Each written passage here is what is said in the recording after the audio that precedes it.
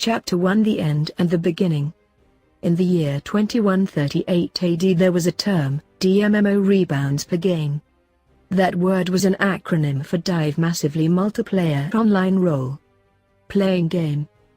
These games were played by connecting a dedicated console to the brain via a neuronal nano-interface, an intracerebral nanocomputer network, created from the fusion of cyber and nanotechnology. These were games that allowed one to enter a virtual world and experience it as though it were real life. And among the myriad DMMORPGs that thronged the market, one of them stood head and shoulders above the others: Yggdrasil. This game had been painstakingly developed and released 12 years ago, in 2126. Compared to other DMMORPGs of the time, Yggdrasil's selling point was player freedom. It had over 2,000 basic and advanced job classes. Every class had a maximum of 15 levels, and so in order to reach the overall level cap of 100, one would need to take at least 7 different classes. However, players could take as many classes as they wanted as long as they met each class prerequisites. A player could even take 100 classes at level 1 each, although that was very inefficient.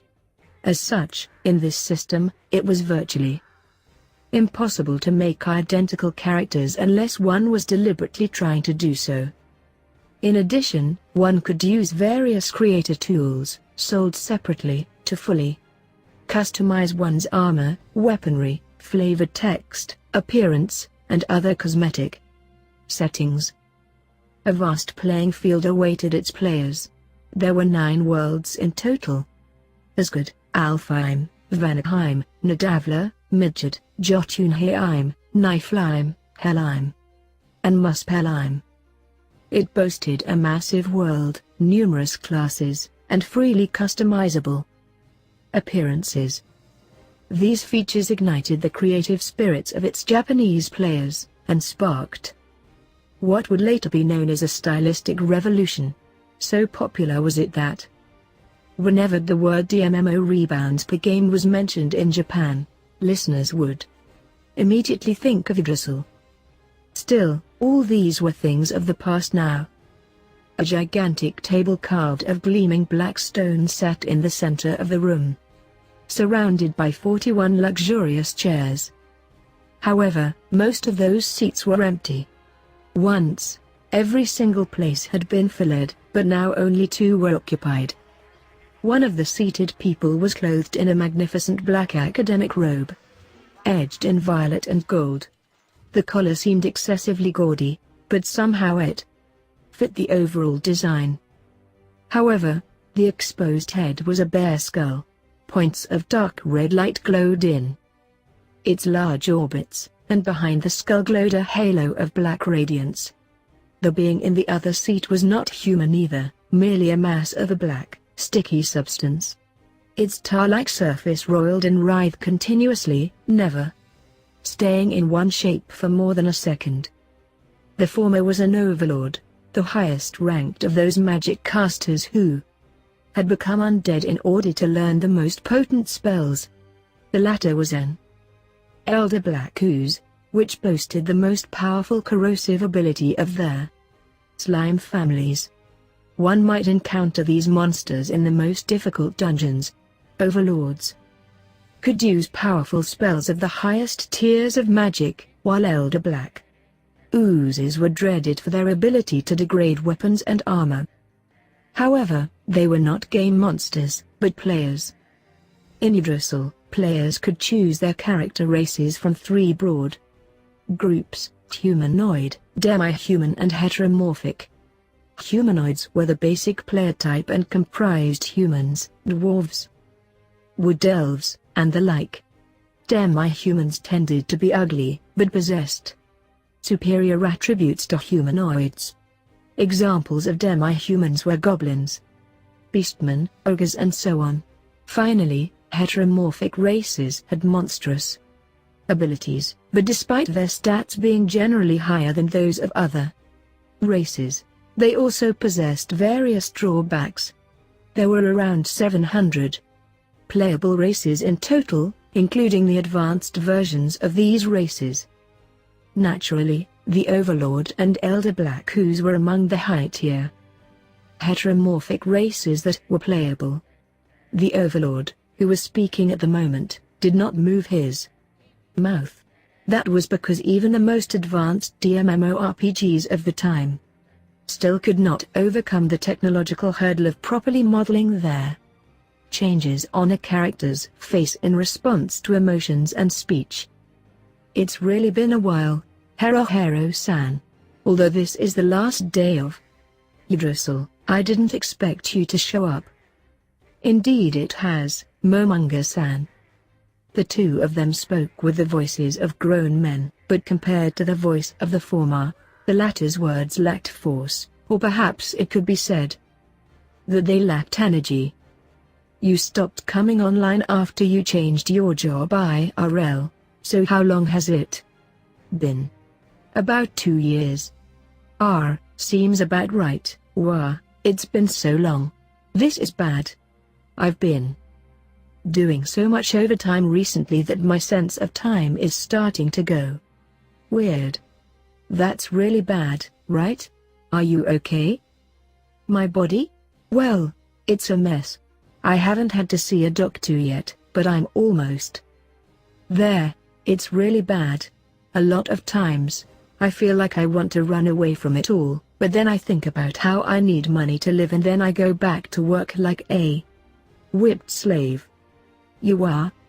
The Overlord, Momonga, lowered his head in an I can't take it gesture. That's terrible. As though following up on Momonga's comment, Hero delivered a grim monologue, his words laced with an unimaginable reality. The two of them griped loudly about the foolishness they encountered in their working lives. Subordinates who did not know how to report, communicate and discuss things, spreadsheets that changed by the day, scoldings by their superiors for not meeting various KPIs, working late every day until they could not go home, gaining weight because of their irregular lifestyles, and the increasing amounts of medicine they had to take every day. Hero's grievances burst forth like a broken dam, and Momonga lent his ear to him. A lot of people would be averse to discussing reality in a virtual world. It was fairly normal for people to not want to talk about their offline lives in a game. However, this was not so for the two of them. The guild they belonged to, a group that was founded and managed by players, Ain't So Gown, had two conditions that each of its members had to fulfill. The first was that everyone had to be a functioning part of society. The other was that they had to play heteromorphic characters. Because of these rules, the topics they discussed often revolved around their jobs in the real world. Any member of the guild would field these questions, and as such, the conversation between the two could be considered standard fare for the guild. After about 10 minutes, the torrent of words that flowed from Hero dwindled to a trickle. I'm sorry for making you listen to my whining. I can't complain much IRL. The place corresponding to Hero's head seemed to sway, as though he were bowing in apology. Thus, Momonga replied, Don't worry about it, Hero-san. I made you come online despite you being busy, so listening to your complaints is only expected. I'll hear you out, no matter how many you have. Hero seemed to have recovered some of his old energy, and with a somewhat more energetic laugh, he replied, I'm grateful for that, Momonga-san. I'm glad I could meet a friend after signing on. I'm very happy to hear you say that too, although it's about time for me to log off. Hero's tentacle waggled in midair, as though he were operating something. Indeed, he was operating a menu. You're right, it is getting pretty late. I'm sorry about this, Momonga-san. Momonga sighed gently, as though he didn't want Hero to sense their regret in his heart. Well, if it's like that, then it's a shame. Time flies so fast when you're having fun. I really did want to stay with you to the end, but I'm about to fall asleep. Well, you do sound pretty tired. Then, you should log out soon and have a good rest.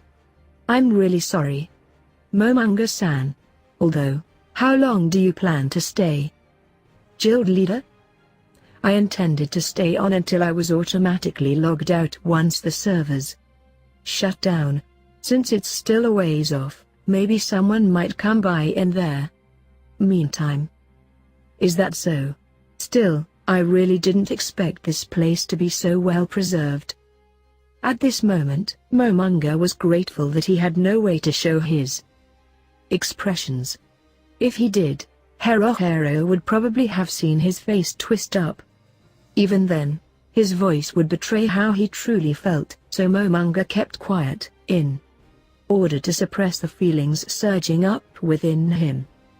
He had worked hard to maintain the guild precisely because he had built it up along with everyone else, but hearing words like these from one of his guild members sparked a mix of complicated emotions in his heart. However, these feelings dispersed like mist as Haruhiro continued. Momanga-san, you must have kept the guild going as its leader so we could come back to it at any time. Thank you very much. It's because it was a guild built by everyone, so it's my job as guild master to keep things going so that the members can come back at any time. Yes. We had fun with the game because you were our guild master, Momanga-san. I hope that when we meet again, it'll be in Yggdrasil too. I haven't heard anything about a second game, but like you said, I'd be glad if we could meet like that. I'll look forward to it. I'm having trouble staying awake. I think I'll log off first. I'm glad I could meet you at the end. Good night.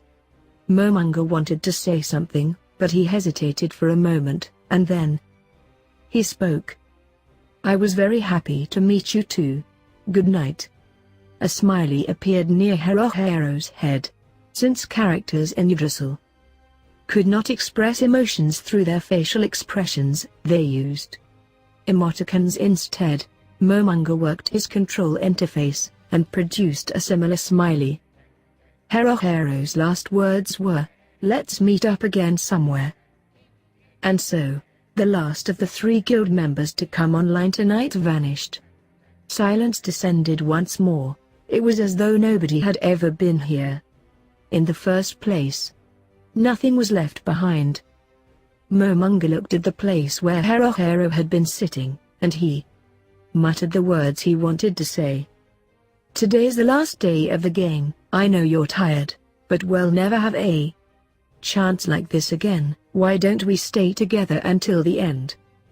Of course, there was no response, because Haruhiro had already returned to reality. Huh. Momanga's sigh came from the bottom of his heart. In the end, it was better that it had remained unsaid. During their brief exchange, he could already tell how tired Haruhiro was from the sound of his voice. Still, despite his fatigue, Haruhiro had still responded to the email he had sent, and logged on for the last day of Yggdrasil before it closed down. He should have been grateful enough for that. Asking him to stay on would not just have been a matter of being thick-skinned, but actively causing him trouble. Momanga stared at the seat Haruhiro had occupied until just now, and then turned to look at the other 39 seats. Those were the places where his old comrades had once sat. After going a circle around the table, Momanga returned his eyes to Haruhiro's place. Let's meet up again somewhere. Huh. Let's meet up again somewhere. See you again. He had heard these words several times before, but they had never come true. Nobody had ever returned to Yggdrasil. When and where will we meet again? Momanga's shoulders shook violently, and the words he could no longer hold back exploded forth. Are you kidding me? He pounded the table as he shouted.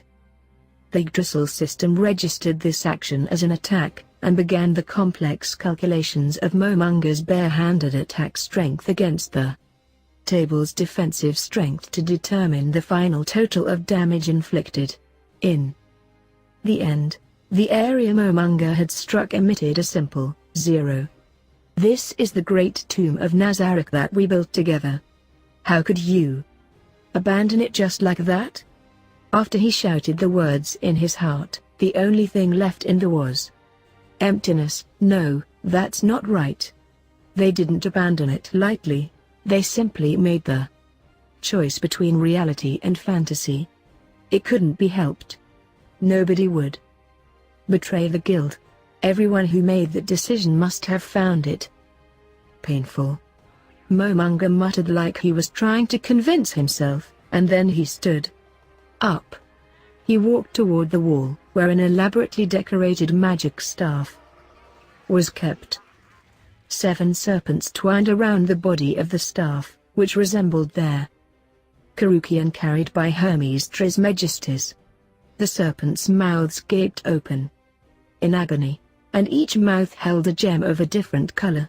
The grip was exquisitely carved out of crystal and glowed with blue light. Anyone would be able to recognize this staff as a supremely high-quality item. And it was a guild weapon that was unique to this guild. One could call it their symbol of Ain't Oil Gown. This staff, which should have been a treasure held by the guild master, was instead kept in this room as a decoration. That was because there was nothing else which represented the guild quite like this. Guild weapons were typically kept hidden away in safe places and not used for their tremendous powers because a guild would be disbanded if its associated guild weapon was destroyed. Even Ain't Oil Gown, a guild which existed at the peak of Yggdrasil, was no exception to this. This was the reason why the weapon had been kept here, and Momunga had never touched it, despite the fact that it had been tailor-made to complement his abilities. Momunga extended a hand to the staff, but stopped halfway. This was because at this moment, in the last few minutes before Yggdrasil shut down for good, he realized that soon the glorious memories he had made with his comrades would be lost forever, like tears in rain. The confusion he felt over this made him hesitate as he struggled to come to a decision. Everyone had adventured every day, with the sole purpose of assembling their guild weapon. Back then, they had contests to see who could collect more raw materials more quickly, and there had been many of disputes over the appearance weapon. But slowly, after everyone's opinions were gathered, the weapon gradually took shape. That period of time had been the prime of Ain't Oil Gown, when all their glorious memories he had were made. People had dragged themselves online after a grueling day at work, others had argued with their wives because they played until they neglected their families, and some even laughed and said they had taken special leave to stay home from work and log onto the game. There were times when they had spent entire days doing nothing but talking about silly things for amusement. There were times when they would draw up plans for adventures, and times when they went looking for treasures. They had also mounted raids on enemy guilds' home bases and laid siege to their strongholds. Once, they had been attacked by a world-class enemy, an immensely powerful, hidden boss monster, and the guild had nearly been destroyed as a result. They had also discovered many previously unknown resources, and they had placed all sorts of monsters in their guild base in order to eliminate invading players. However, as of today, nobody was left. Of the 41 members of the guild, 37 of them had quit. The other 3 were still registered as members of the guild, but Momunga had already lost count of the number of days since they had last come here. Momunga opened a system console and connected to the developer's website to inspect the official guild rankings. Right now there were just under 800 guilds in Yggdrasil. In the past, they had ranked as high as the 9th place, but now, as of the last day of the game, they were in the 29th place. At their lowest, they had fallen to 48th place. The reason why their ranking had not fallen even further was not because of Momonga's efforts, but because of the items left behind by his former comrades. One could call this a hollow shell of a guild, a relic of past glories. This was the incarnation of those days. This was the staff of Ain't Soelgaun.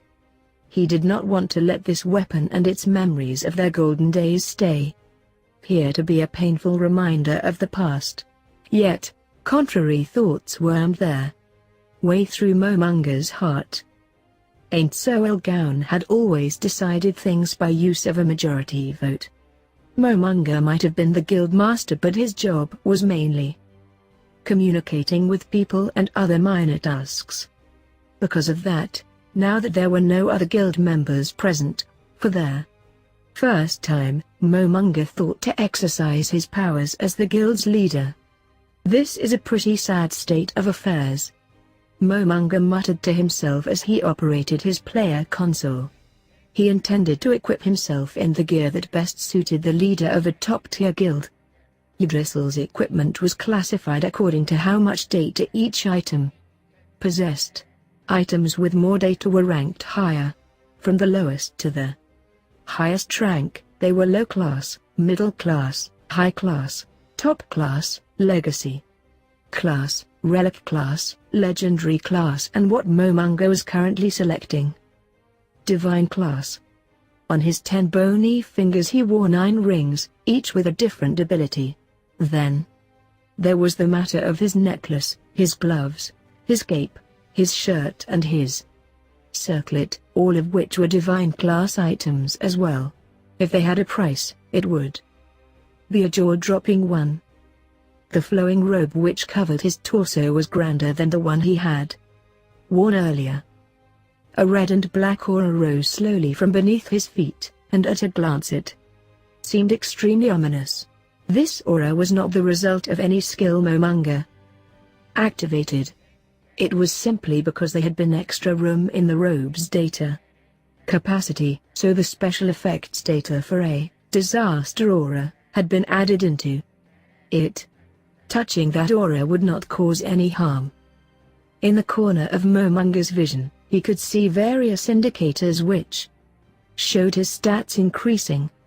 After changing out his gear, the full Y-equipped Momonga nodded, satisfied that he looked the part of the guild's leader.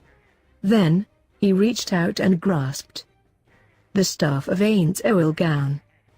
As Momonga grasped the staff of Ain't Soelgaun, it radiated a nimbus of reddish-black light. Tormented faces occasionally coalesced out of the roiling light, and then they crumbled and vanished again. They looked so realistic one could almost imagine them wailing in agony. I wonder if they went overboard with the details.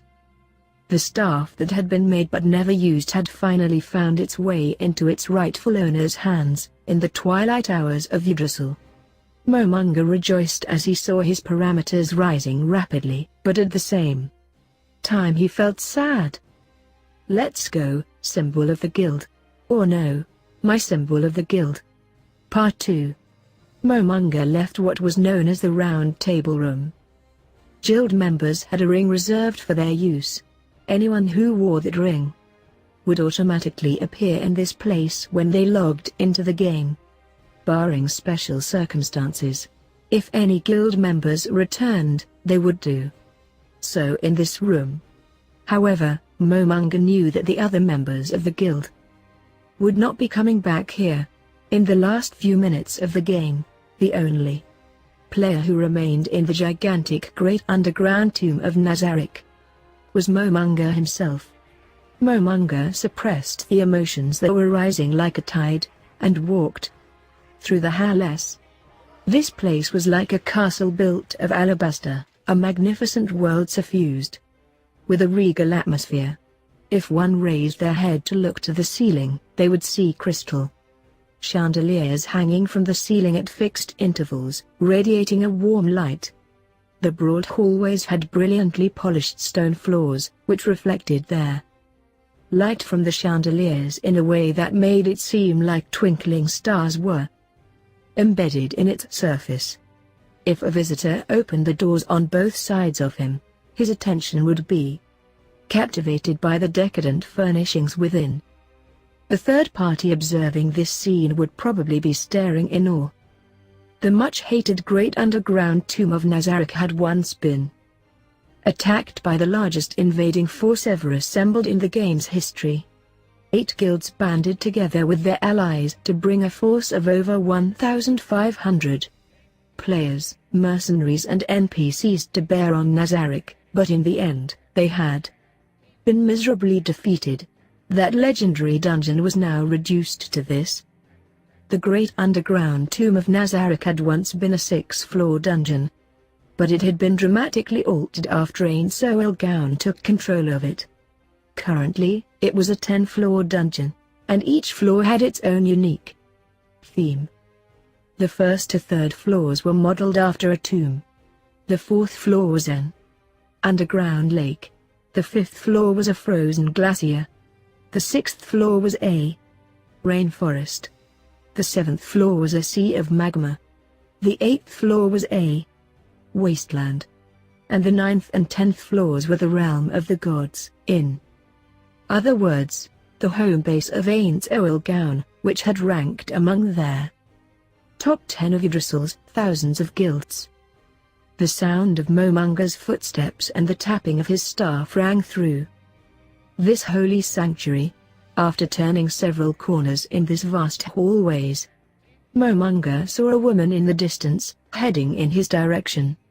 She was a sensual beauty, whose lush, golden hair graced her shoulders. She was dressed in a long, elegant maid's outfit, with a large apron. She was roughly 170 centimeters tall, with a slender build.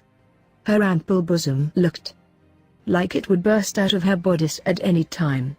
Her overall appearance was attractive and gave the impression of being graceful and kind. As the two slowly approached each other, the maid darted to the side of their hallways and bowed deeply to Momunga.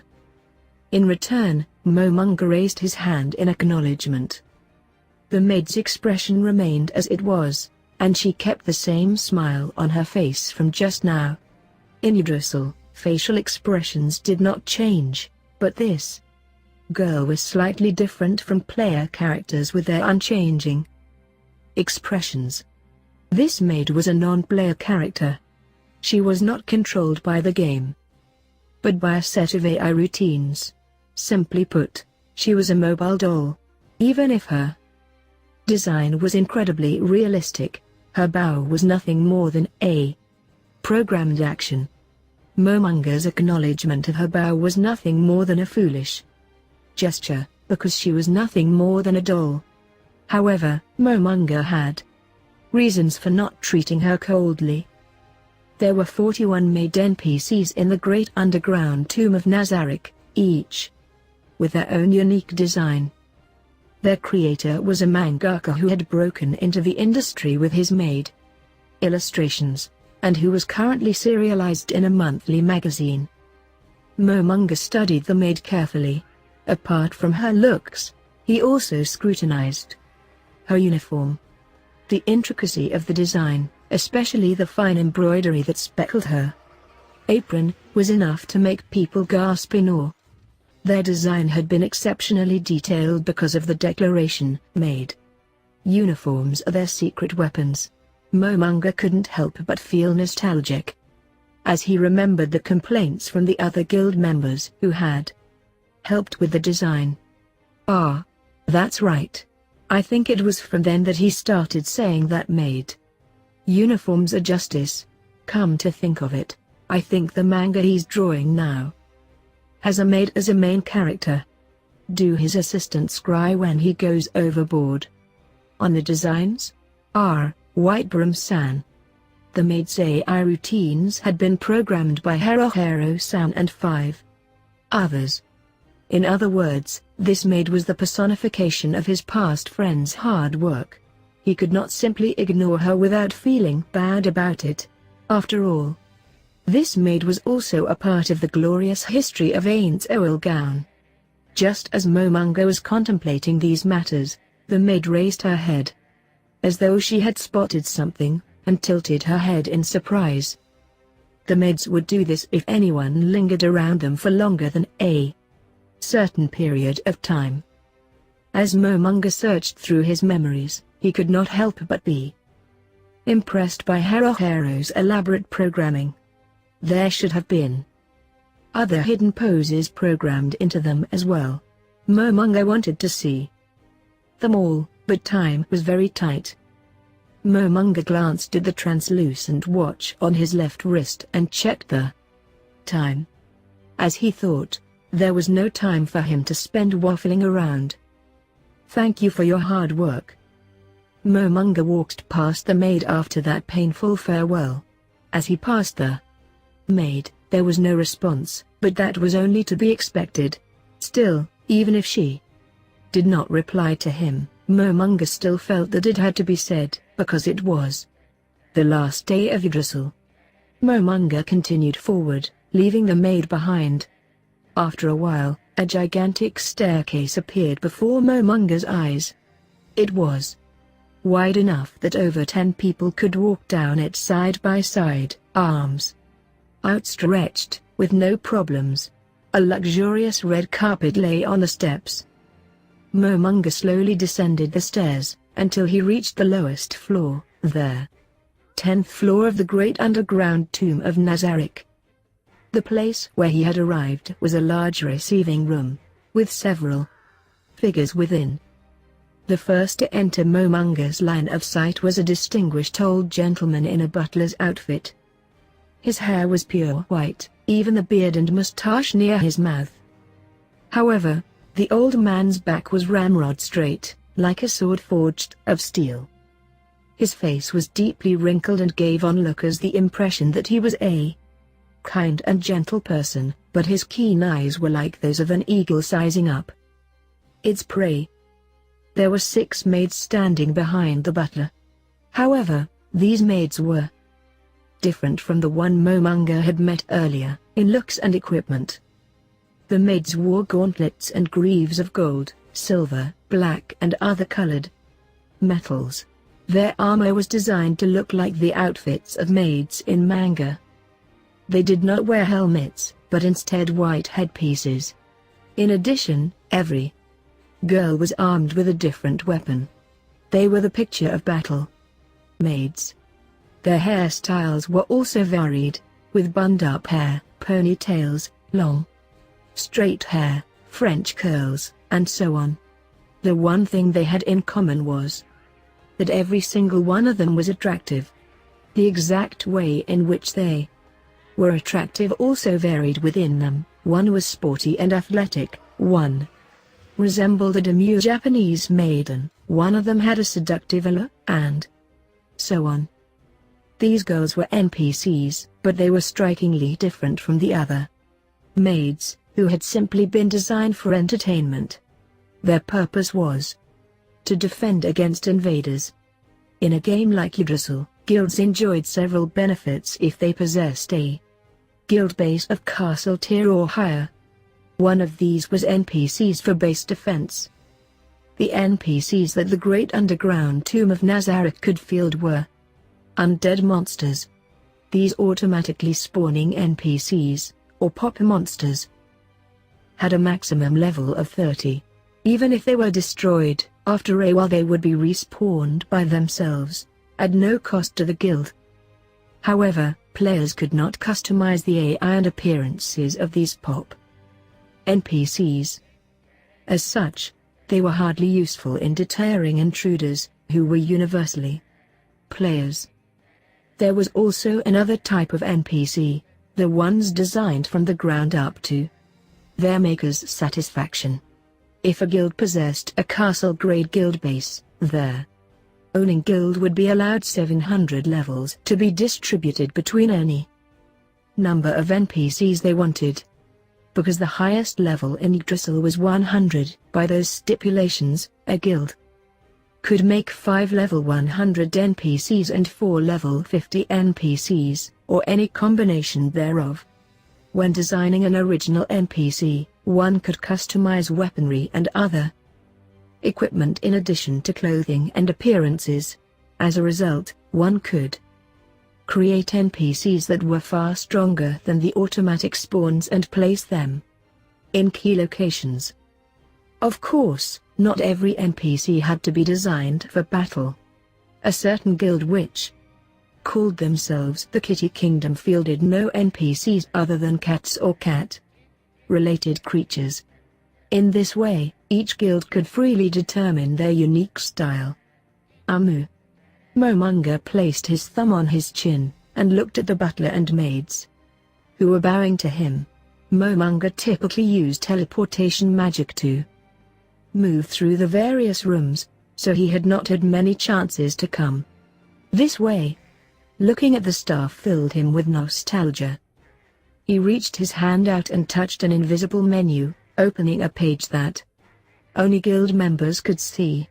Then, he selected an option from several choices. As he did so, the names of the butlers and maids appeared over their heads. I see. So that's what they were called.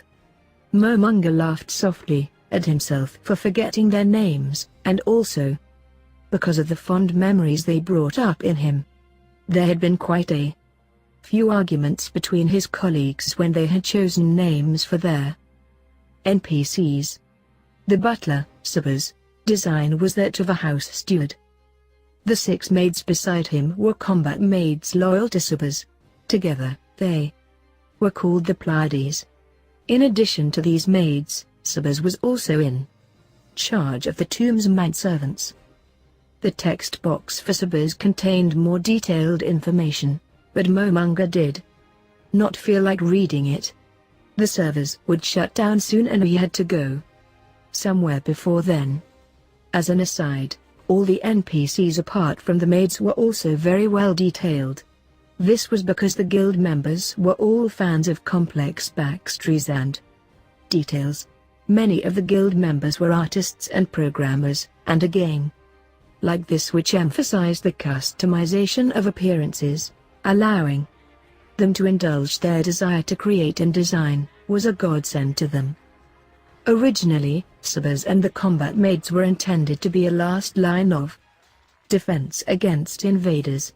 However, if enemy players could penetrate this deeply into the tomb, they would be able to handily defeat Saba's and their maids, so they were little more than speed bumps to buy time.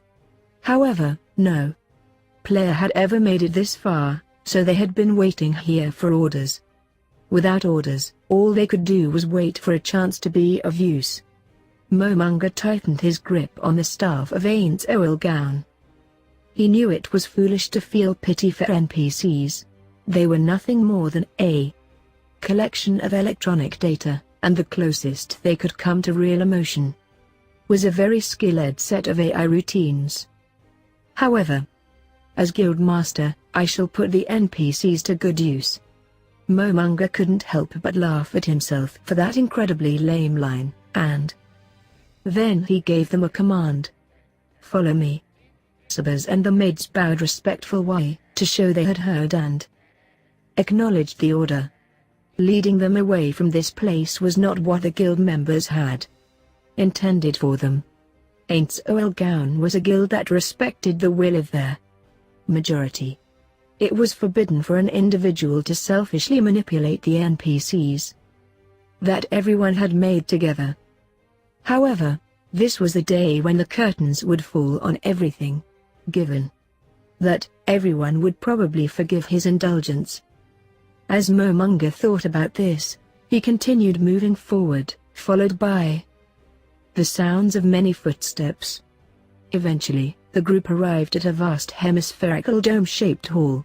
4 colored crystal lamps glittered from the ceiling, and there were 72 niches in the walls.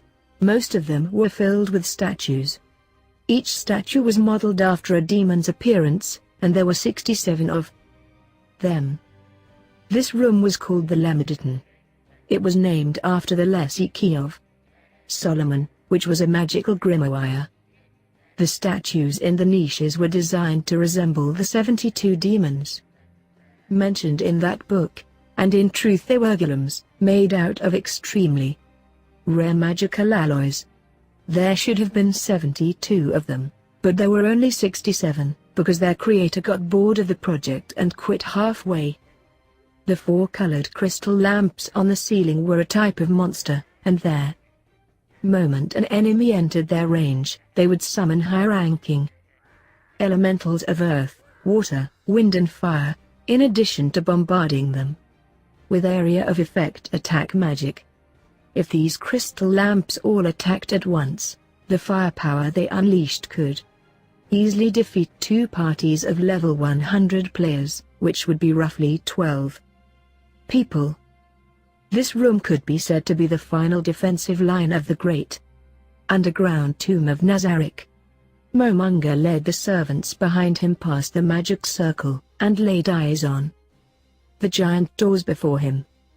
The majestic set of double doors were over 5 meters in height, and covered in intricate carvings. The left side was shaped into a beautiful goddess, while the right was made to resemble a cruel demon. So realistic was their design that even from across the room, Momonga felt like they would attack him.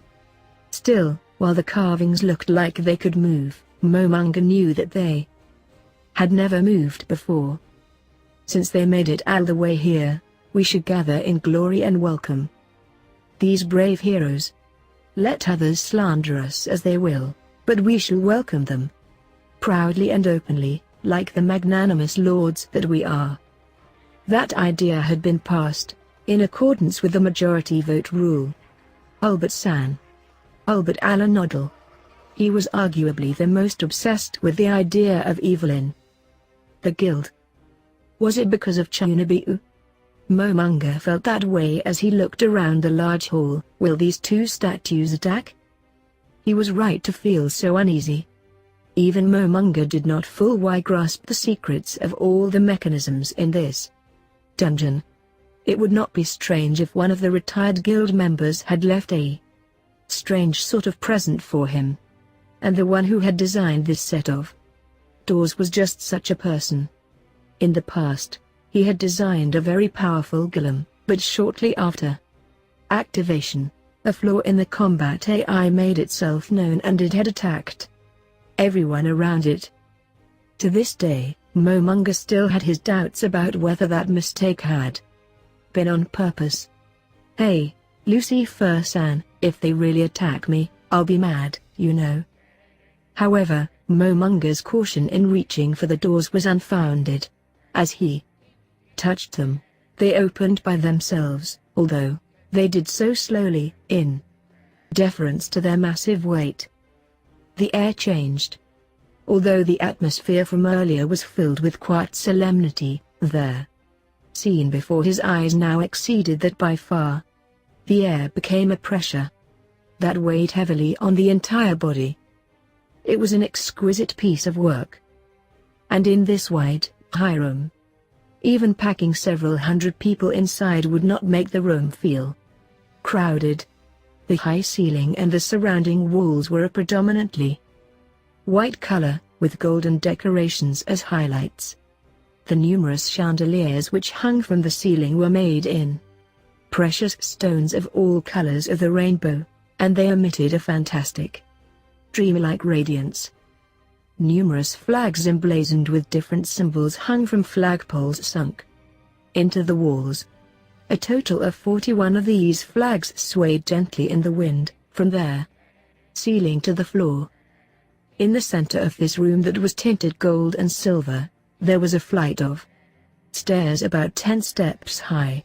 Atop these stairs was a gigantic throne, carved out of a single piece of crystal, whose back was high enough to touch the ceiling. Above it, a huge red banner hung down behind it, proudly displaying their symbol of the guild. This place was located in the deepest reaches of the great underground tomb of Nazarick. it was also its most important place, the throne room. Oh! Even Momonga could not help but gasp at the sheer magnificence of this room. He felt that it was easily the second most impressive location in Yggdrasil, if not the first. This was the most suitable place for him to welcome the final moments of their game. As Momonga advanced through the room that seemed to absorb the sounds of his footsteps, his eye fell on the female NPC that stood by the side of their throne. She was a beautiful woman who wore a pure white dress, and a faint smile on her face was that of a goddess. In stark contrast to her dress, her hair was a flowing, lustrous jet black that reached down to her waist. Although her golden irises and vertically slitted pupils were somewhat odd, apart from those she could easily be considered a world-class beauty. However, a pair of curled horns sprouted from the sides of her head.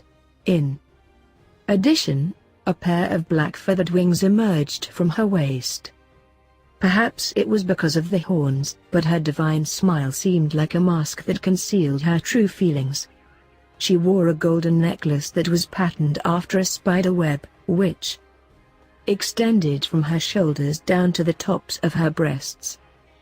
Her slender wrists were covered in a pair of lustrous silk gloves, and in her hand she held a strange weapon that looked like a wand of some sort.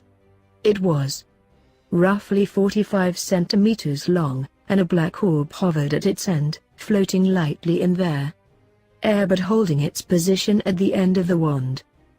Her name, Momonga had not yet forgotten. She was the overseer of the floor guardians of the great underground tomb of Nazarick, Albedo. She was in charge of the 7 NPC floor guardians. In other words, she was the highest-ranked character in the great underground tomb of Nazarick. Because of that, she was permitted to await orders within the throne room, in the deepest reaches of the tomb. However, Momonga turned a sharp look on Albedo. I knew there was a world-class item here, but how is it that there are 2 of them here now? In Yggdrasil, there were 200 ultimate items in the game, known as world-class items. World-class items possessed unique abilities, and some of them were so balance-breaking that they could even request changes in the game's rules from the developers.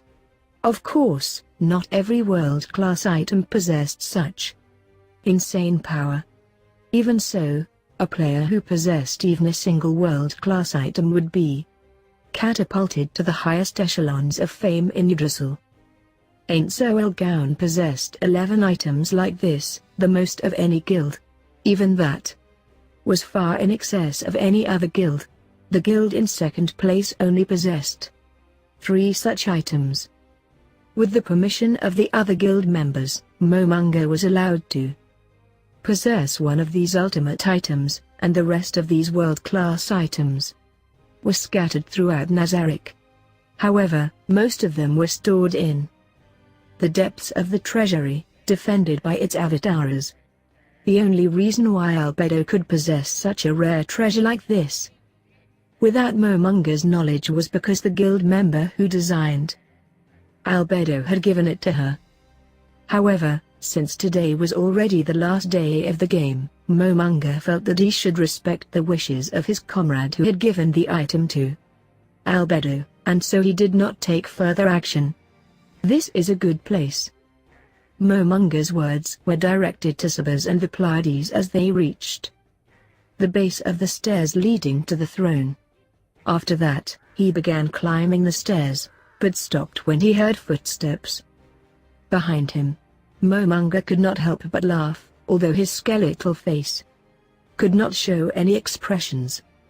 The NPCs were merely inflexible AI routines. If he did not give a specifically worded command, they would not recognize it as an order. Momonga had forgotten this, and thus he had not properly commanded the NPCs. After his guild members left, Momonga had begun solo hunting by himself to a nearly ridiculous degree in order to earn the gold needed to maintain Nazarick. He did not build friendships with other players and avoided them, as well as the high difficulty areas he used to visit when his guild members had still been around. Then, he would deposit his earnings in the treasury before logging out. This had been his routine for almost every day. As such, he did not have much contact with the NPCs. "Stand by." The sound of footsteps stopped. After Momonga gave the correct command, he ascended the final steps and arrived at the throne. He stared openly at Albedo, who stood by its side.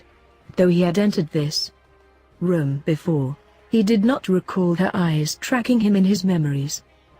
What kind of backstory was she designed with? All Momonga knew about her character was that she was the overseer of the Guardians, as well as the highest-ranked NPC in Nazarick. Driven by curiosity, Momonga opened up a console and began scrolling through the details of Albedo's flavor text. A flood of densely packed characters filled his vision. It was like reading an ancient epic poem. If he took his time to read it in detail, he would probably still be reading until the game ended. Momonga felt like he had stepped on a landmine. If he could move, he would be trembling now. He wanted to scold himself for having forgotten that Albedo's creator was obsessed with this sort of thing. However, since he had already opened it, he had no choice but to abandon his resistance and continue scrolling. He didn't even skim the text for the important points, he simply scrolled to the bottom as fast as he could while looking at the title. After skipping past vast expanses of text, Momonga's mind settled on the last line, and froze. "She is also a slut." He could not help but stare. "Eh? What does this mean?" A cry of disbelief escaped Momonga's non-existent lips. He looked the words over several more times, eyes filled with suspicion, but in the end, he could not find any other meaning to them. After several rounds of thought, he could only come to the conclusion he had started with. A slut, meaning she has excessive sexual desire? Each of the 41 guild members had designed their own NPCs, so he could not understand why anyone would want to treat the NPCs they had designed themselves in this manner. Perhaps he would understand why after reading that long essay of flavor text. However, there were guild members who would come up with these unconventional designs. Albedo's designer, Tabula Smaragdina, was one of those people. "Ah, is this what they call Gabmo? Tabula-san. Even so, isn't a backstory like this far too much?" Momonga could not help but think that all the NPCs made by everyone were an inheritance of the guild. Designing the highest-ranked NPC Albedo in this manner made him think that Tabula Smaragdina was beyond saving. Would it be fine to change an NPC's backstory based on a personal decision? After thinking about it for some time, Momonga came to a conclusion. Should I change it? Currently, with the guild weapon in his possession, Momonga could be said to be the master of the guild. It should be all right to exercise the guild master's authority he had never used before. Momonga's doubts vanished like mist as he steeled himself to right the wrongs of his guildmate. He extended the staff of Ain's oil gown that he was holding. Normally, one would need developer tools to change a character's backstory, but through his power as guild master, he could directly access her settings and edit them. After some action on his console, the slut line vanished. Well, it should be like that. Momonga thought a bit more, and looked at the gap in Albedo's flavor text. I should probably fill that up. This feels a little silly. Although he was laughing at himself, he still typed out a few words on their console keyboard. The words formed a sentence. She loves Momonga. You are, how embarrassing. Momonga covered his face with his palm. It felt as though he were designing his ideal girlfriend, complete with love events for himself, which embarrassed him so much that his heart began pounding, although he wanted to rewrite it. Again, out of shame, in the end he changed his mind and decided against it. The game would end soon, after all, and his shame would vanish with it. Besides, the sentence he added matched the gap left by the deleted sentence. Exactly. It would be a shame if he deleted it and left an empty space again. Momonga sat on the throne, scanning his surroundings with eyes filled with satisfaction and a little embarrassment. He noticed that Sabers and the maids were still standing by in a dormant state. It seemed a little lonely, and a little odd, to have them standing motionless like that. I think there was a command for that. Momonga recalled the words he had heard before, and extended a hand, before lightly bringing it down. Kneel. As one, Albedo, Sabers and the 6 maids fell to one knee in obeisance. Good. Momonga raised his left hand to check the time. 23:55 and 48 seconds. He was just in time. In all likelihood, the GMs were probably flooding the public channels and setting off fireworks. Momonga, who had put his heart and soul into this place and cut off all contact with the outside world, was unaware of that. Momonga leaned against the back of the throne, and slowly raised his head to look at the ceiling. He believed that even on the last day of the game, some invaders might come to Nazarick. He would wait for them. He would accept any challenges in his position as Guildmaster. He had sent emails to all the guild members, but only a few had come. He would wait for them. He would welcome his comrades back in his position as Guildmaster. A relic of the past, huh? Momonga sank into thought. Although the guild now was just an empty shell, he had enjoyed his time with it. He turned his eyes to look at the huge flags hanging from the ceiling. There were 41 of them in total, the same number as there were guild members. Each of them displayed the personal symbol of each guild member. Momonga extended a bony finger and pointed to one of them. Mine. Then, he turned his attention to a nearby flag. That flag represented one of their strongest players in Ainsoilgown, no, in all of Yggdrasil. He was there. One who had started the guild, and the one who had gathered the original 9. Touch me. The symbol on the next flag he pointed to belonged to the oldest member of Ainsoilgown, who was a lecturer in a university in real life. Shijuten Suzaku. His finger moved faster than before as he shifted to the flag which belonged to one of the 3 female members of Ainsoilgown. Ankara Mochimoki. Momonga fluidly recited the names of the various symbols' owners. Hero Hero, Pro Roncino, Bukabaka Kagama, Tabula Smaragdina, Warrior. Takemi Kazuchi, Variable Talisman, Genjiro. It did not take long for him to name all 40 of his former comrades. Their names were still branded deeply in Momonga's brain. He sprawled tiredly on the throne. Yeah, it really was fun. Even though the game did not have any subscription fees, Momonga had still spent a third of his monthly salary on it. It was not because his salary was high, but because he had no other hobbies, so he funneled all his income into Yggdrasil.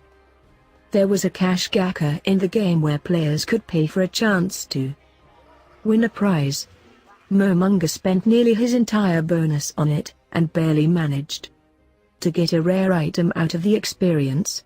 When he heard that one of his guild members, Yamaiko, had won that item for the cost of a lunch, Momonga was so filled with jealousy that he wanted to roll around on the ground. TL note: gachas are slang for game-based lotteries or lucky draws. named after gakapons, which are coin-operated vending machines which randomly dispense a prize.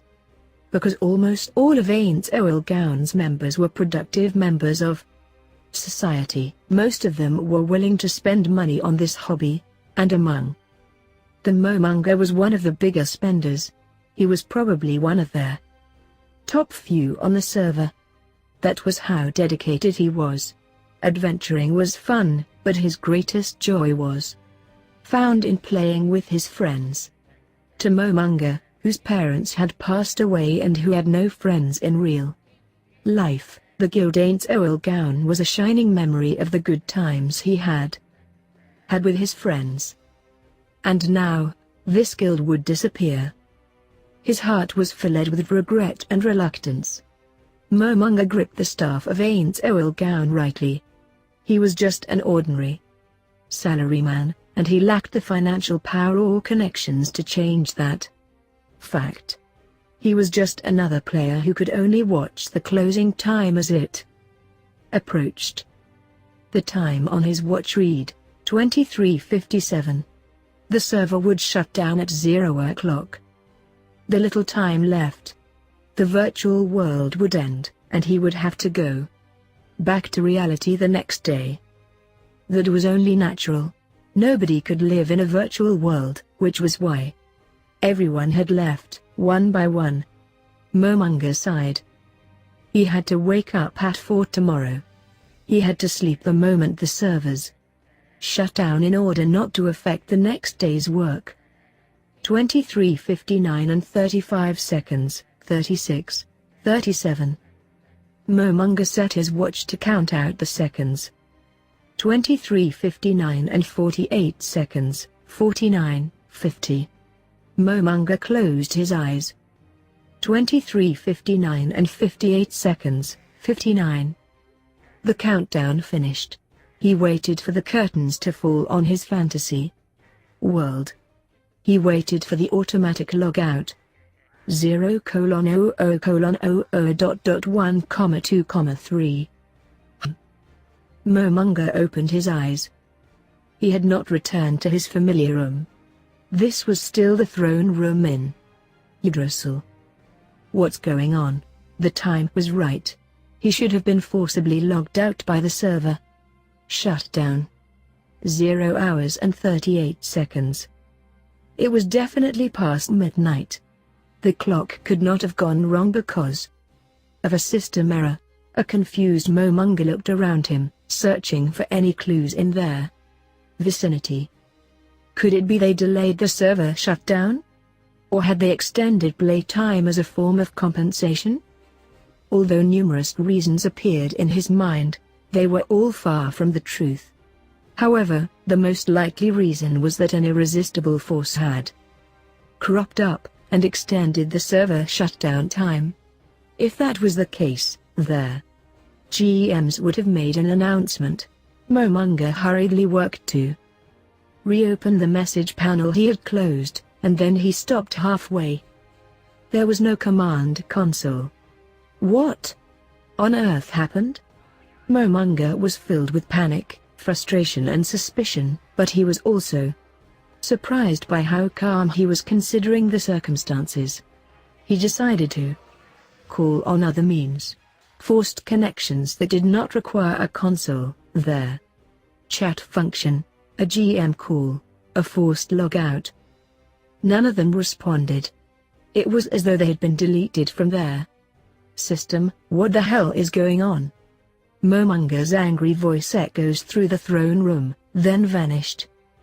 Today was the last day of Yggdrasil, yet all these things were happening on a day that should have marked an end to the game. Was this some kind of prank they were pulling on the players? Momonga was quite unhappy that he could not meet the end of the game in style, and the words he muttered clearly illustrated the anger inside him. There should not have been any reply to his hostile suspicion. However, what's wrong, Momonga-sama? It was the first time he had heard that beautiful woman's voice. Momonga was startled, but he still kept searching for the source of the voice.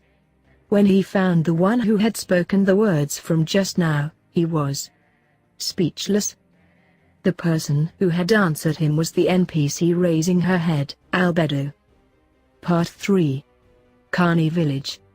It was located on the border of the Kingdom of the Empire, near the southern tip of the Azelarizia mountain range, just outside a patch of woodland named the Great Forest of Dob. For a frontier village of the Re-Est's kingdom, its population was an exceptional 120 souls, distributed among 25 families. The village made its living from the resources of the forest and agriculture. Apart from doctors and herbalists who came to collect herbs, the only visitors to the village were the yearly tax collectors. Time seemed to stand still for their few residents of this village. Village life was very busy even in the early hours of the morning. Villages did not possess the magical illumination of continual light, which could be found in cities, so the villagers would rise with the sun and work hard all day until the sun went down. The first thing Maruyama did after getting up extra early in the morning was to carry water from the nearby well. Hauling water was a woman's job, and once she finished filling the big water tank in the house, the chore was complete. By this time, her mother would have prepared breakfast for their family of 4. Breakfast was barley or wheat porridge, as well as cooked vegetables. Sometimes, they would have dried fruit as well. After breakfast, she would tend the fields with her parents. Her 10-year-old sister would go into the forest to gather firewood or help with the field work. When the bell in the middle of the village square, rang to signal noon, everyone would break for lunch. Lunch would be black bread baked several days before, as well as soup with some shredded meat jerky sprinkled in. Field work would resume after lunch, and when the sun set they would return home for dinner. For dinner, they would have the same black bread that they had for lunch, as well as bean soup. If the village's hunters managed to bag any prey, they might be able to get some meat to go with their dinner. After dinner, the family would gather around the light of the hearth fire to take care of household chores, such as mending worn or damaged clothes. They would go to sleep around 8. The girl Maruyama was born 16 years ago and had become a part of their village since then. She had lived these days all her life. In her heart, she wondered, how much longer will these unchanging days continue? Today was no different from any other. After waking up, Inri went to the well to carry water. After filling her buckets at the well, she would need 3 trips to fill their house's water tank. Yosh. Inri rolled up her sleeves, exposing her untanned skin, which was pale and stood out. Long years of farm life ensured that although her arms looked slender and frail, they were actually very strong, with just a hint of muscle on them. The filled buckets were very heavy, but Inri hoisted them up like she always did. If the buckets were bigger, I could make few trips. Wouldn't that make things easier? Then again, if the buckets were bigger, I probably wouldn't be able to lift them. As Inri thought about that issue on her way back home, she heard a sound and turned to look at it. There was tension in the air over there, and the seeds of fear began sprouting in her heart. Her ears seemed to pick up something like wood being broken, and after that, a scream? It sounded like a strangled bird, but it was definitely not a bird's call. A chill ran down Inri's spine. Unbelievable. There must be some kind of mistake. It couldn't be a human's voice. She tried to erase her unease with these thoughts, and then they vanished. She had to run to the source of the scream, because it was coming from their direction of her home. Inri cast aside the water buckets. She could not run while carrying that heavy burden. Although she nearly tripped over her long skirt, she managed to keep her balanced by some stroke of luck. The sound rang through the air once more. Inri's heart lurched in her chest. There was no mistake about it. It was a human scream. She ran, and ran, and ran. Inri could not recall going faster than this in her life. She was running so fast that her legs were about to tangle each other up. The neighs of horses, the screams of people, and shouts. These sounds were becoming clearer and clearer. In the distance, Inri could see an unfamiliar man in armor swinging his sword at a villager. The villager collapsed to the ground with a howl of pain, like a puppet whose strings had been cut, and a swift thrust from the sword dealt him a fatal blow. Morga-san. There were no strangers in a small village like this. Everyone was as close as kin. As such, Inri knew exactly who had been killed before her eyes. Mr. Morga was a loud but pleasant man. He had done nothing wrong, and did not deserve to die like this. Inri wanted to stop, but in the end she gritted her teeth and ran on.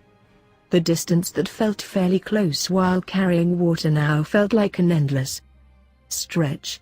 As the sounds of shouts and cursing filtered into her ears, she finally saw her home before her. Dad. Mum. Namu.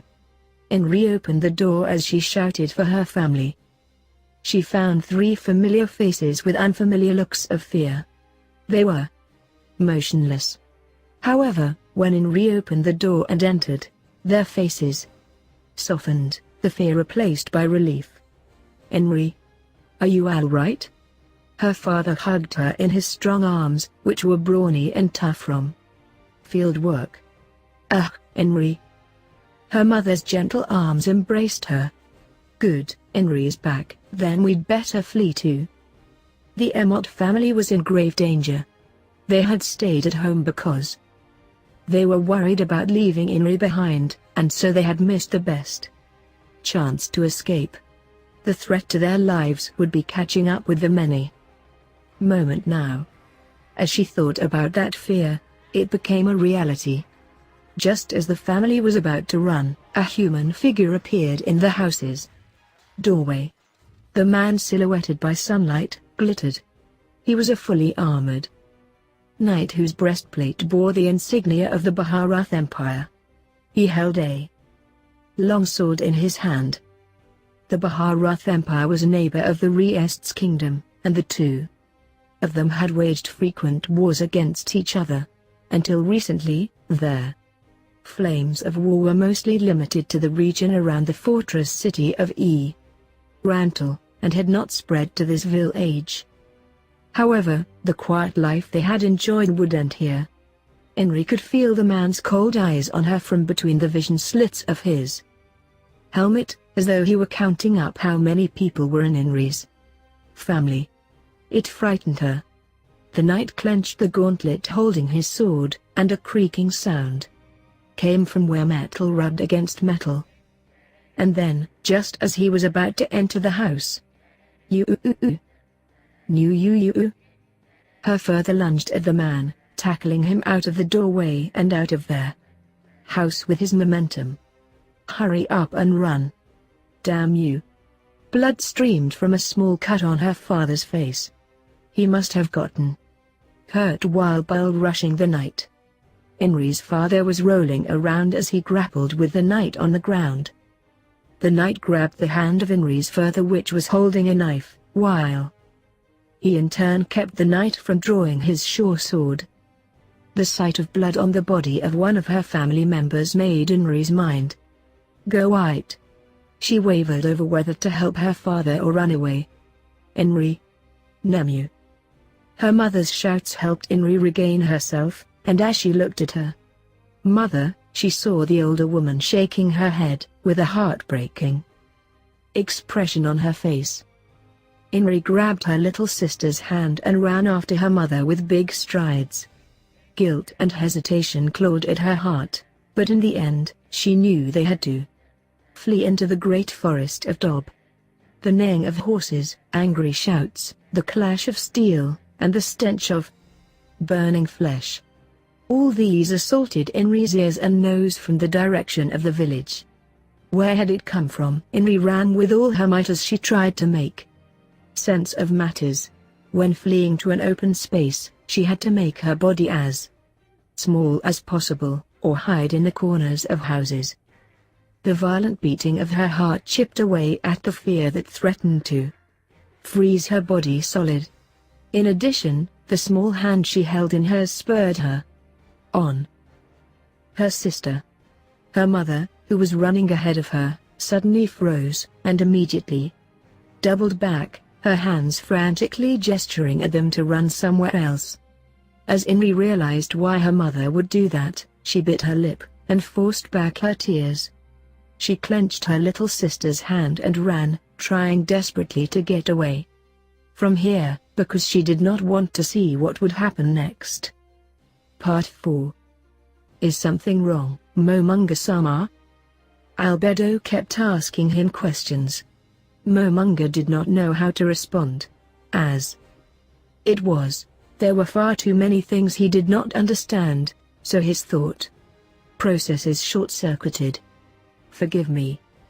Momonga could only stare dumbly at Albedo, who was standing by his side. Are you all right? Albedo's beautiful face drew close to Momonga's as she studied him. A faint fragrance entered his nostrils. The scent seemed to restore Momonga's ability to think, and his mind, which had been hitherto out of commission, slowly returned to normal. No. Nothing is wrong. No, nothing. Momonga was not the sort of person who made a habit of speaking politely to dolls. However, hearing Albedo's questions instinctively made him want to respond with deference. Her movements, her speech patterns, her whole being radiated an undeniable humanity. Momonga still had the feeling that something was terribly wrong about Albedo and himself, but he had no way of understanding exactly what the problem was. All he could do in this ignorant state was to suppress his fear, shock and other unnecessary emotions. However, Momonga was a common person, and could not do that. Just as Momonga was about to cry out, the words of one of his guild members came to mind. Panic is the seed of defeat, so you must maintain your calm and think logical. Why? Remain calm, look beyond your surroundings, and don't waste your effort on unnecessary details, Momonga-san. As he recalled these words, Momonga slowly regained his composure. Momonga silently thanked Punitomo, the Zhuge-liang of Ain's oil gown. Is something the matter? She was close to him now. Albedo was so close he could feel her gentle breaths. Her lovely face dimpled in an adorable way as she asked her question. Momonga, who had calmed himself after much effort, was in danger of being driven into panic again from her nearby face. The GM call function does not seem to work. Entranced by Albedo's limpid eyes, Momonga could not help but question their NPC. In Momonga's past life, he had not received romantic attention from their opposite sex, let alone those of a sexual nature. Although he knew that she was just an NPC, he could not help but be moved by the realistic expressions and movements. However, as his passions stirred within his heart, they were quenched like they had been earlier, and he returned to normal. Momonga felt uneasy at the lack of strong emotions within himself, and he wondered if it was related to the words of his comrade from just now. But was that really the case? Momonga shook his head. Now was not the time to ponder these things. Please forgive my inability to answer the Supreme One's questions about this GM call. I apologize for not meeting your expectations. Nothing would please me more than a chance to make up for my prior mistake. Please command me as you see fit. The two of them were conversing. There was no doubt about that. Learning this fact shocked Momonga so greatly that he could not speak. Impossible. This should have been impossible. The closest thing NPCs could come to conversations was with macroed responses to being addressed in a certain way.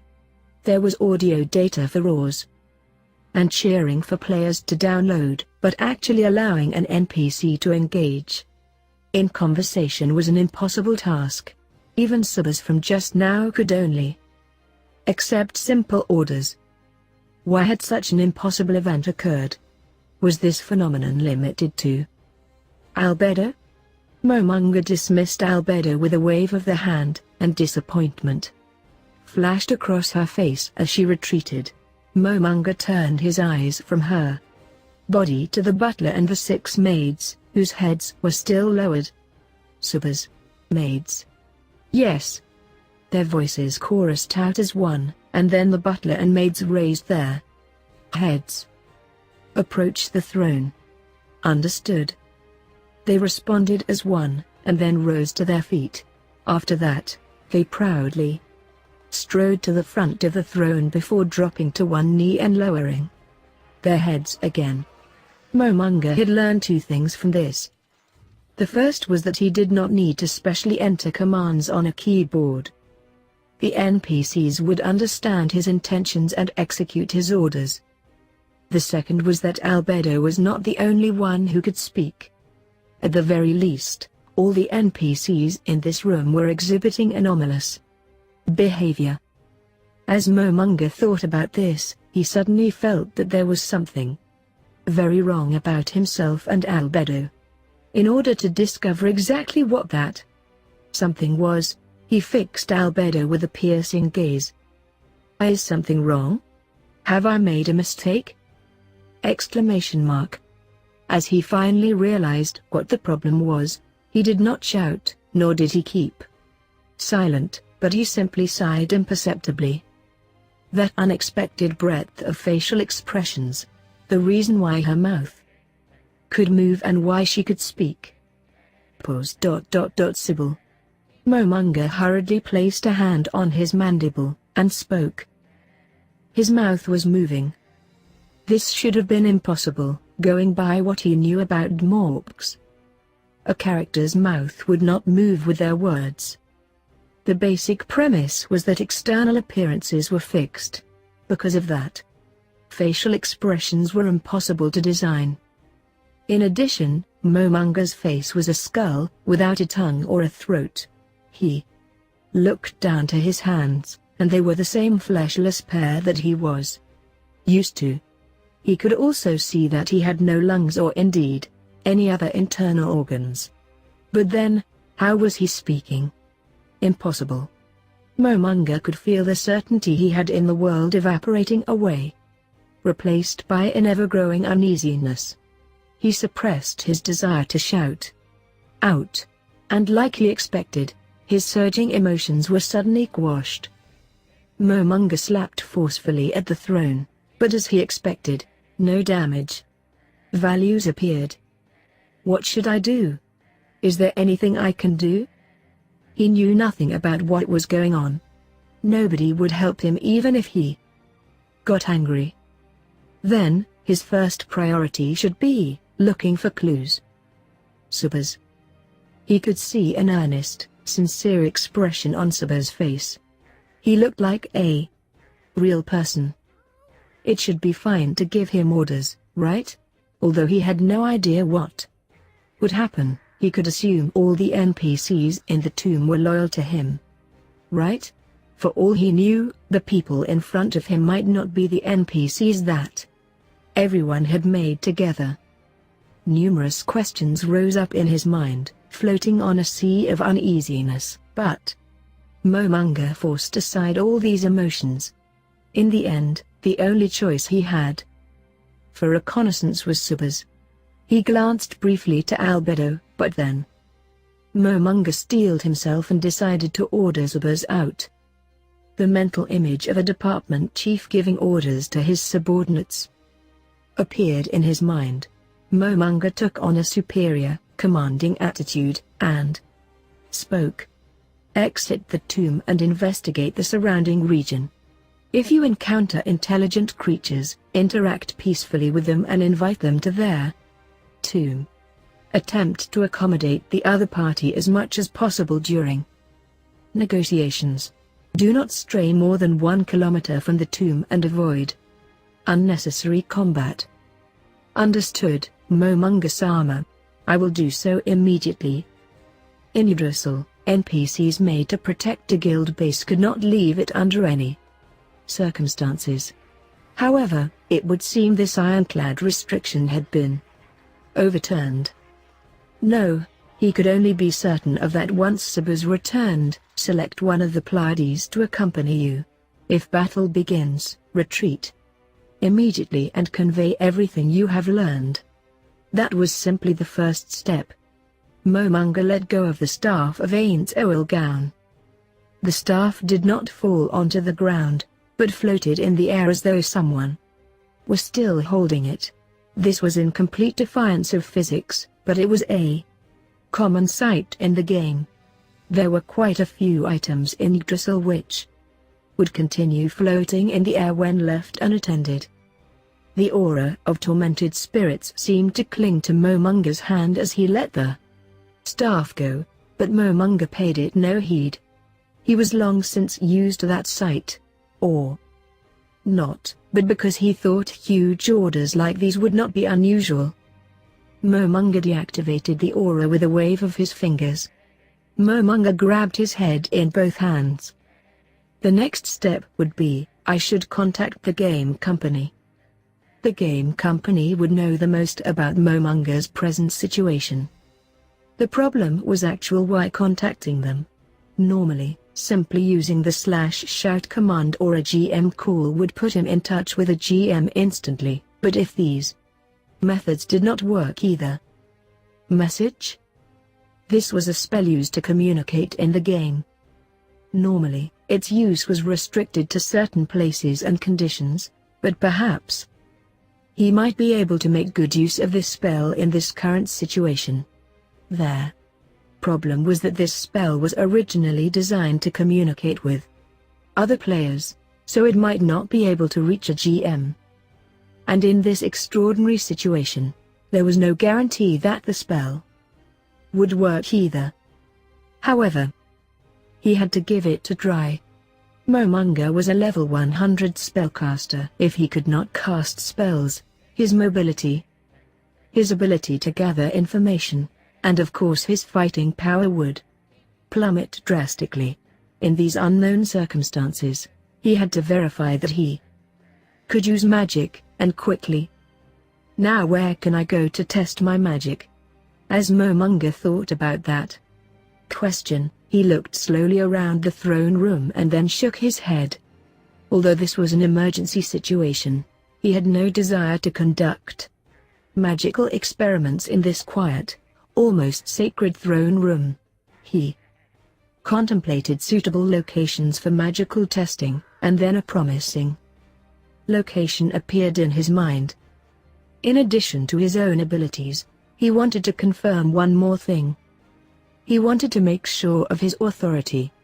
He had to know whether his powers and privileges as the guild master of Ain's oil gown still existed. Until now, all the NPCs he had met were loyal to him. However, in the great underground tomb of Nazarick, there were several NPCs on par with him. He had to make sure they were still loyal. However, Momonga glanced at the kneeling Sabers and the maids, and then at Albedo beside him. Albedo was smiling. It was a beautiful smile, but it seemed to be concealing something else behind it. As he wondered what that something else might be, unease crept through Momonga. The NPCs were loyal to him, but would they stay that way? If this were in their real world, subordinates would no longer be loyal to superiors who constantly screwed up. Would the NPCs be that way as well? Or was it that once they were programmed to be loyal, they would stay that way forever? If their loyalty to him wavered, how should he regain it? Rewards? There was vast wealth in the treasury. Although it pained him to expend the treasures left behind by his former comrades, they would probably understand if it was for the sake of Ain's oil gown. The question would then be how large of a reward he should give. In addition, was he superior to others by virtue of being higher ranked? But what criteria could he use to quantify his superiority? He was not clear about that yet. He had the feeling that as long as he kept this dungeon going, he would eventually come to understand these things. Or did that mean power? He opened his left hand and gripped the staff of Ain's oil gown that sailed into his grasp. Overwhelming power? The 7 gems set into the staff gleamed brightly, as though imploring their master to use their colossal might. Forget it, I'll take my time to think about that later. Momonga released the staff he held, and the wavering staff fell to the ground, as though it were angry at him. In any case, as long as he acted the part of the leader, they would probably not raise their hands against him right away, be it among animals or humans. Enemies would probably not attack if their intended prey did not reveal any weaknesses. Momonga declared in a powerful voice. Pleiades. Apart from the maid selected to accompany Subas, the rest of you will head to the 9th floor and repel any invaders from the 8th floor. Understood, Momonga-sama. The maids behind Subas acknowledged his orders respectfully. Begin immediately. Understood, my master. Once more the chorus of voices rang out. Subas and the maids bowed once more to their lord who sat upon the throne, then stood and left. Simultaneously, the giant doors opened, and then closed again. Subas and the maids vanished beyond the doors. It was good that they had not replied with a no or something similar. A great weight seemed to lift off Momonga's chest, and at the same time he looked at the person who had stayed by his side. That person was Albedo, who had stood by, awaiting orders. She smiled, and asked him, then, Momonga-sama, what will you have me do next? Got it. Momonga rose from the throne to retrieve his staff, and as he did that, he spoke. Come to me. Yes. The smiling Albedo drew closer. Although Momonga was wary of the black wand and orb she had been carrying, that caution passed in an instant, and he decided to temporarily ignore its existence. Just as Momonga finished thinking that Albedo was close enough that he could embrace her if he wanted. She smells nice. Wait, what am I thinking? Momonga cast out the thoughts which had rose up inside him again. Now was not the time for fooling round. He reached out his hand to touch Albedo's. A pained expression flickered across Albedo's face. Momonga drew his hand away, like he had received an electric shock. What's this? Did I make her feel uncomfortable? Several bad memories ran through his mind, like being hit by loose change that fell from the sky, but in the end Momonga found his answer. Overlords required levels in the Elder Lich racial class, and among the abilities Elder Liches possessed was the ability to inflict negative energy damage on anything they touched. Was that the reason? Although, even if it really was the reason, he still had some questions to ask. In Yggdrasil, the monsters and NPCs that appeared in the great underground tomb of Nazarick would be recognized as belonging to the Aints Oelgaun faction, since every member of the guild was also flagged as belonging to Aints Oelgaun. There should be no problems even if they attacked each other. Could it be that she no longer belongs to our guild? Or has friendly fire been enabled? The latter possibility was more likely. With that conclusion in mind, Momonga apologized to Albedo. Forgive me. I forgot to deactivate my negative energy touch skill. Please pay it no heed, Momonga-sama. The damage hardly counted as damage. And as long as it were Momonga-sama, I would gladly endure any kind of Kaya. Is that so? No, no, I must still apologize. Momonga was caught off guard by Albedo's adorable yelp and the way she shyly covered her face, and his reply ended up being less dignified than he had hoped for. So it was due to the negative energy touch after all. Momonga turned his eyes from Albedo, who was going on and on about how this was nothing compared to the pain of losing her virginity, and began thinking about how to temporarily deactivate the always-on skill, and then he suddenly knew how to do it. To Momonga, who wielded the power of an overlord, it was as simple and natural as breathing. He could not help but laugh at the strange situation he found himself in. After all the shocks and surprises he had received so far, this was hardly worth panicking about. It was frightening how well he had adapted to his condition. I'm going to touch you. After deactivating the skill, he touched Albedo's hand. Thoughts like her hands so slim, her skin so white and so on raced through his head, but he cast aside these male desires and focused on one thing, the pulse at her wrist. It was there. It was a steady rhythm, lub-dub, lub-dub. She was a living being, so it was only natural. Yes, she was alive. Momonga released her hand and looked at his own arms. All he saw was an expanse of polished white bone, bereft of skin or flesh. Because he had no blood vessels, he could not feel a heartbeat. Indeed, an overlord was an undead creature, a being that had transcended mortality itself, so obviously it would not have a heartbeat. He shifted his gaze to Albedo. Momonga saw himself reflected within Albedo's moist golden eyes. Her cheeks were pink, probably because her body was rapidly heating up. There. Changes in her body surprised him. What's this?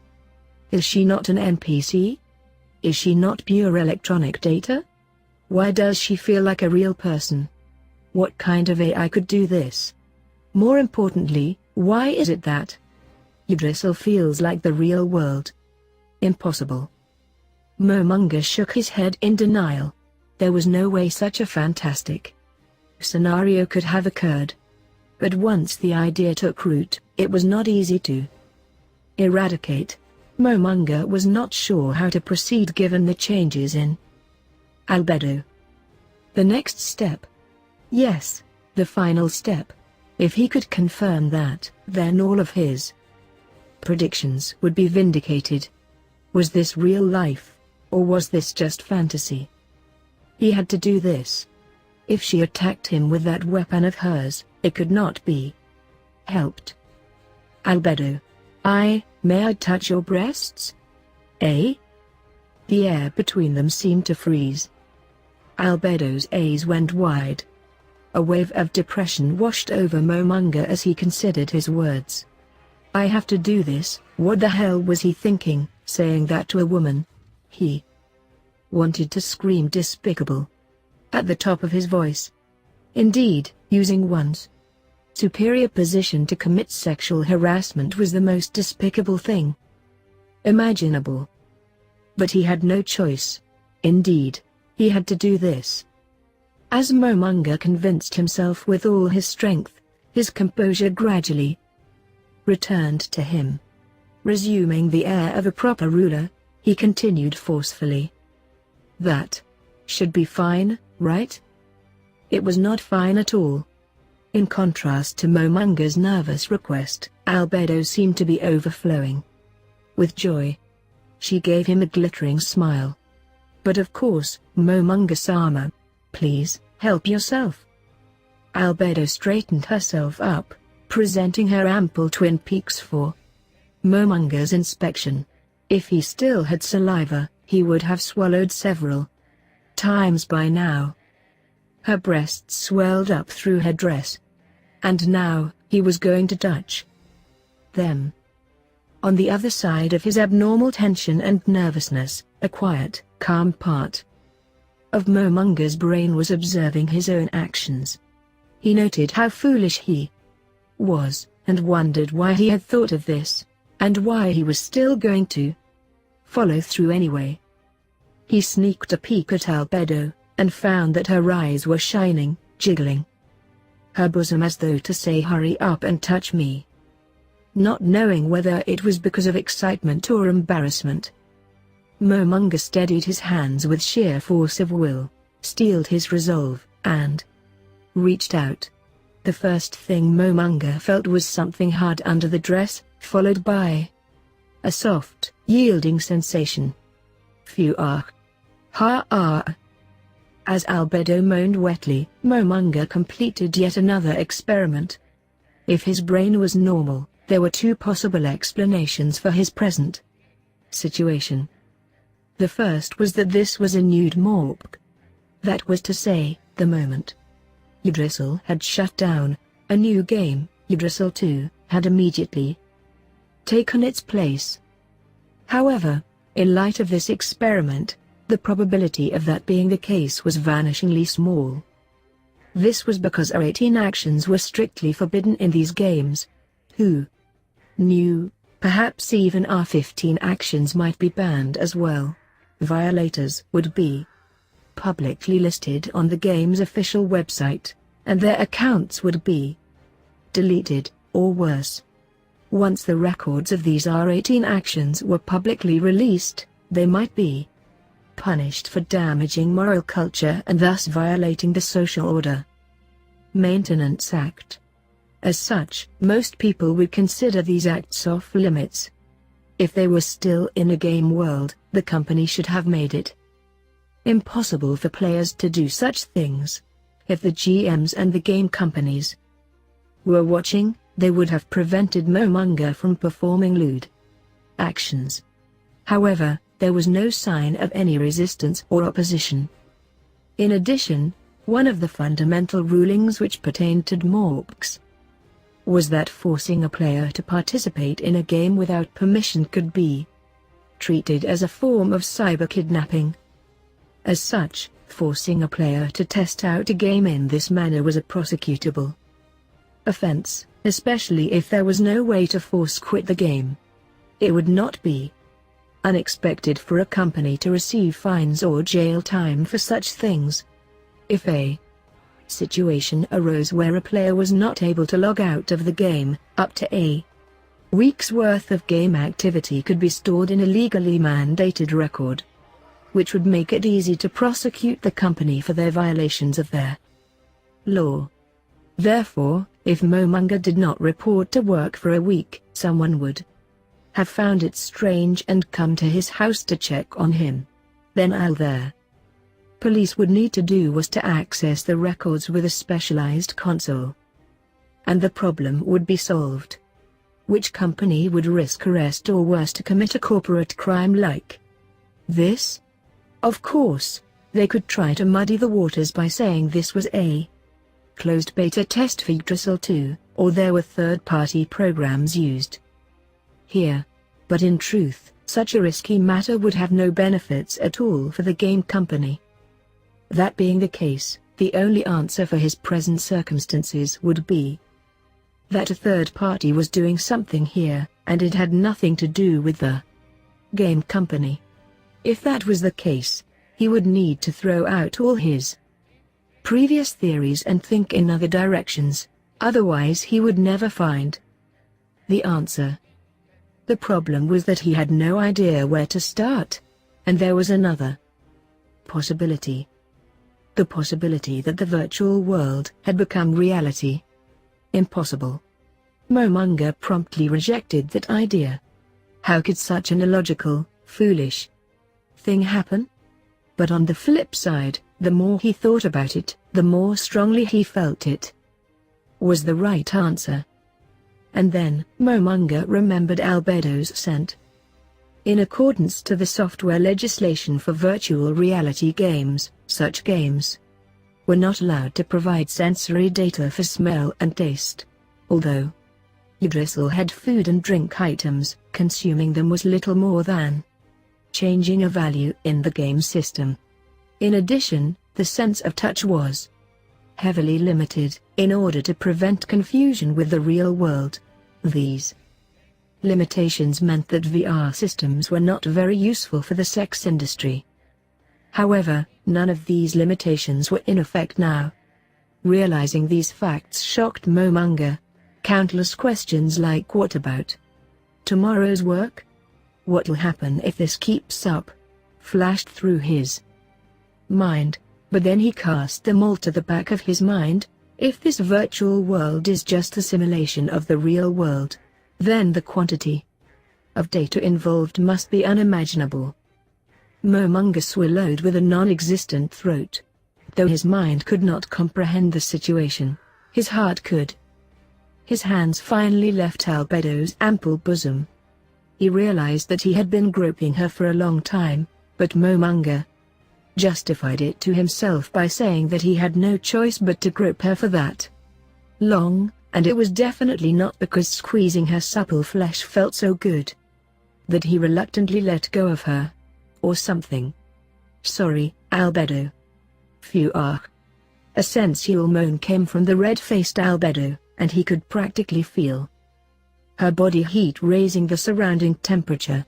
After that, she shyly asked Momonga, "Will I have my first time here?" Momonga was caught off guard by her question, and before he could think clearly, he replied, "Eh?" His mind was suddenly frozen, and was unable to parse her question. "First time? What's that? What's this all about? And why does she look so shy? May I ask how you wish to dispose of my clothes? Wah? Would it be better if I disrobed myself? Or would you like to unwrap me, Momonga-sama? Or if we did it while I was wearing the dress, afterwards? It would get dirty." "No, if you want me to wear this dress, I have no objections, Momonga-sama." His brain finally managed to make sense of Albedo's words. Although, whether there really was a brain under that skull remained to be seen. As Momonga realized why Albedo had this reaction, an immense struggle took place within himself before he finally said, "Enough, that's all for now, Albedo." "Eh? I understand. Now is not the time for—" "No, there's no time for that sort of thing. My apologies. I allowed myself to be ruled by my desires despite the urgency of the situation." With a swift movement, Albedo made to genuflect in apology, but Momonga stopped her.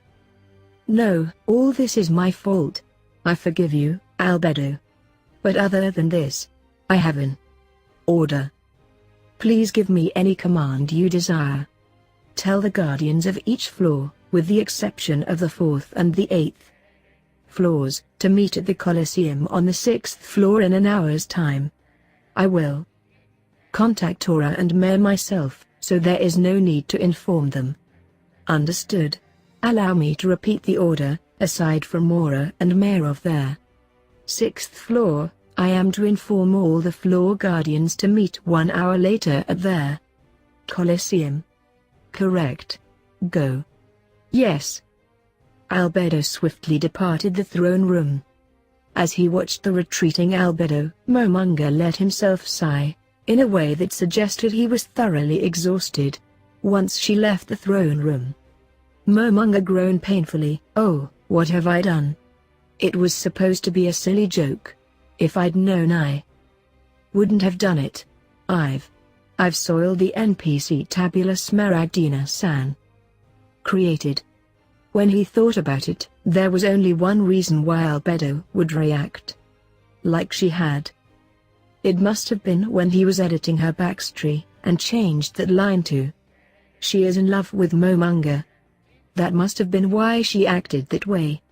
"Ah, shit," Momonga muttered to himself, thinking about how Tabula Smaragdina had painstakingly created his masterpiece Albedo out of whole cloth, and then someone else had splashed paint all over his work at will, and now she had become like this.